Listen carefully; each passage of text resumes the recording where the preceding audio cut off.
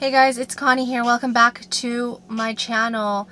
In today's video, I wanted to talk about an aspect of being chosen that brings me such a sense of awe, awesome wonder. Because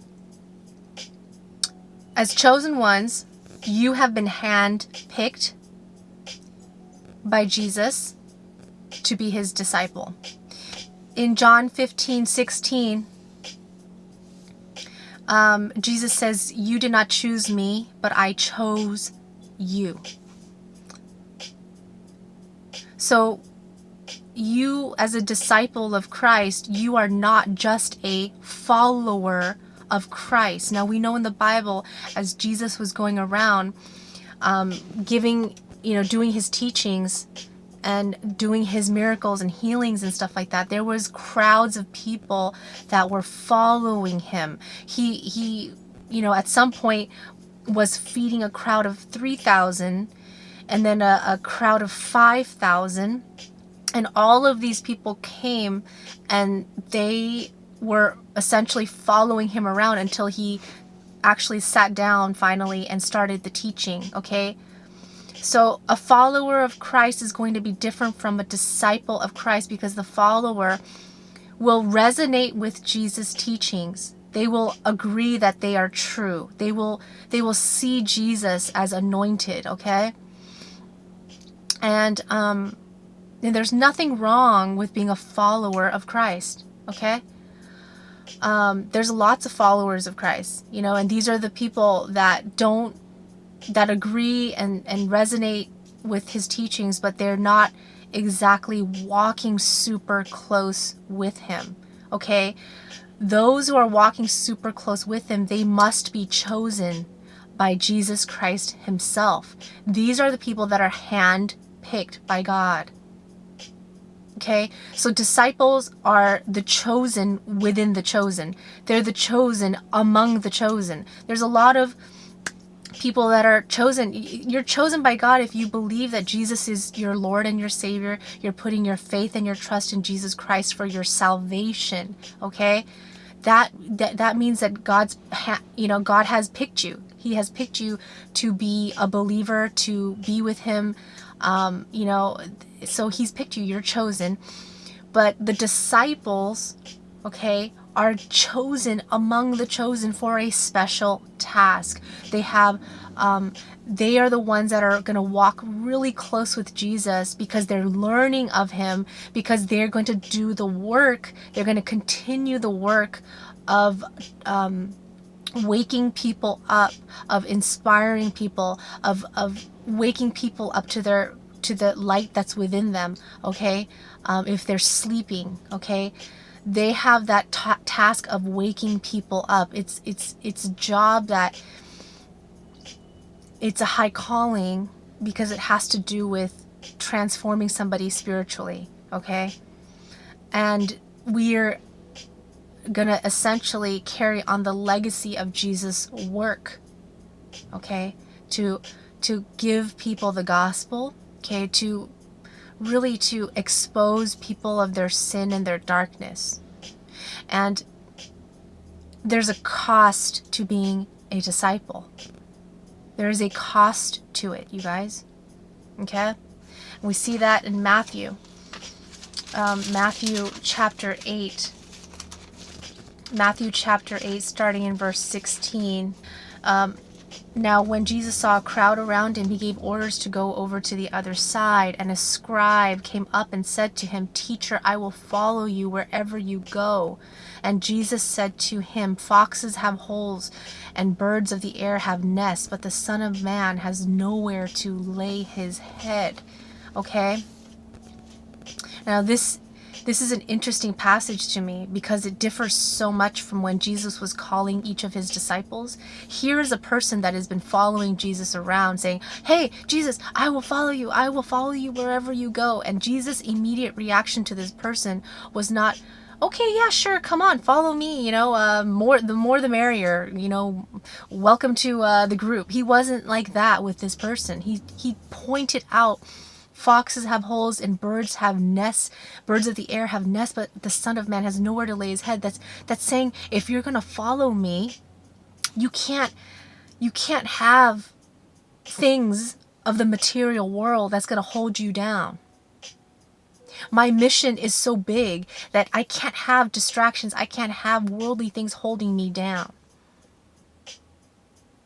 That was Jesus' response to this man who said, I will follow you wherever you go.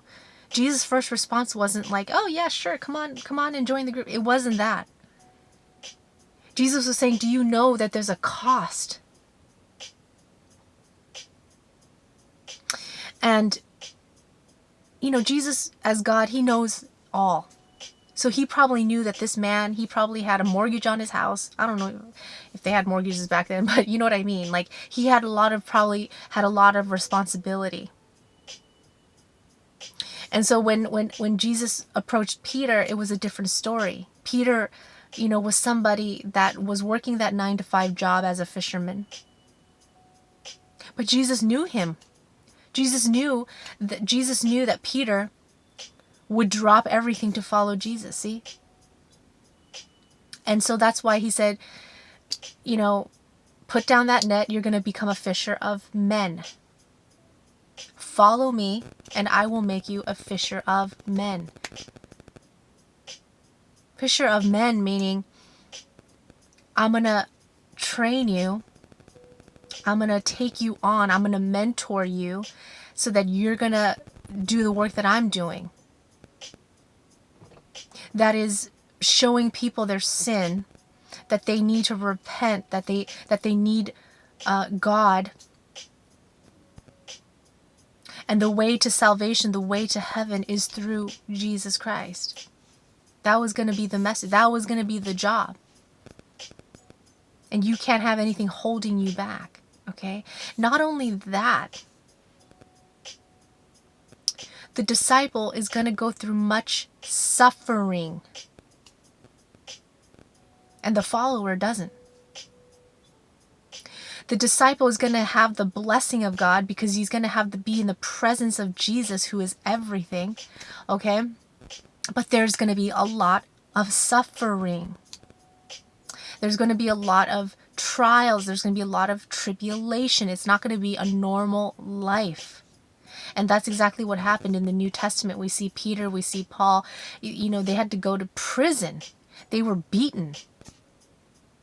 And eventually Peter was martyred. So there's a cost that the follower of Christ doesn't want to have to pay.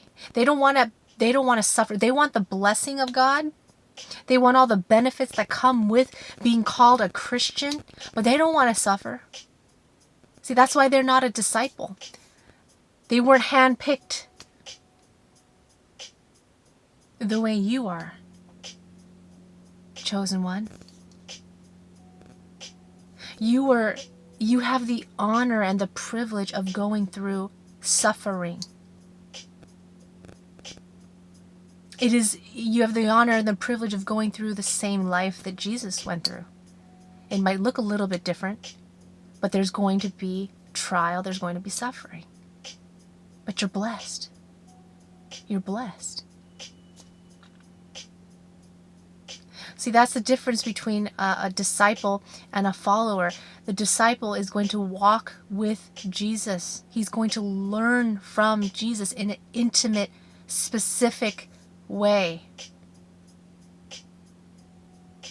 There's a difference between the people that come to your party, and they come to the party, they have fun, and then they leave. But then there's the people that come to the party, they have fun, yet they're going to stay and they're going to help you clean up. Those are only a handful of people.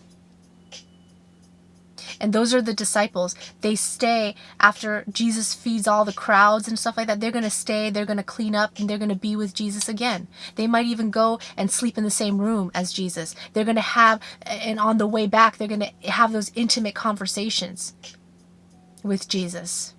They're going to learn of him. They're going to get to see firsthand the miracles as they happen, the healings as they happen. They're going to experience it firsthand. It's a very close, intimate relationship as a disciple. It is a privilege. It is an honor. Even though you paid that price. And a chosen one of God, you're going to know what it cost you. It's going to be personal to you. I know what it cost me. You guys might look at me, you might have all kinds of perceptions about me. You don't know my life. And God blessed me. He restored me. I don't look like what I went through. My heart is not full of bitterness and hatred. I have my peace. God has given me peace. I can sense his love. I know that I can love other people without expecting anything back. I know how to be nice to somebody even though that they've treated me wrong, even though they've done me wrong, even though they treated me like crap. I'm not going to do the same thing back to them. Well, it depends on the person. Some people are so toxic, you could just have to cut them out of your life. But there's people that do me wrong, and I still am courteous to them. I can still smile and be okay with them. See? That is the blessing of God. All these other people that see me, they might be going, wow, look at Connie, she's so blessed. You know? Look at her pictures on Instagram. She's living this blessed life. She has it easy. They don't know. They don't know all the times that I would get up in the morning and spend hours at the feet of my Lord and just giving him everything in my heart. They don't know all the tears that I've cried. God has put them in a bottle for me. They don't know how many times I wish that I could just kill myself and take myself out because of all the trauma that I've endured in my life from people and not knowing who I was and just taking it in and taking it in. When I was in the 3rd grade, I felt demons attached to me. When that teacher just yelled at me in the most horrific way, it was such a shock to my system. My nervous system was in a state of shock. I was embarrassed. I was humiliated. I was crushed in my spirit.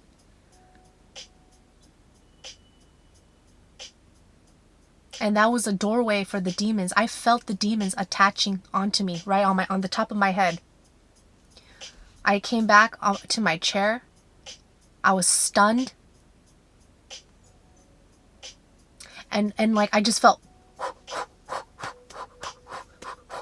just demons just entering.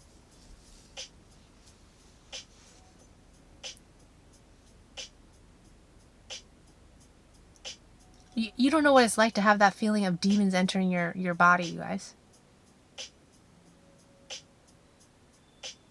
Those negative, evil entities entering your body, you don't know what that's like. I experienced it when I was 9 years old. And I carried all of those with me up until recently. I carried all of that with me. Damn near almost destroyed me, you guys. I wanted to kill myself.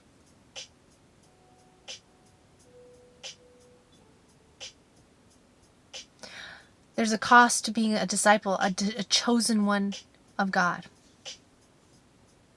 So I want to give this message out to my kindreds, my chosen ones who know exactly what I'm talking about. I want to encourage you that your pain, your suffering was not for nothing.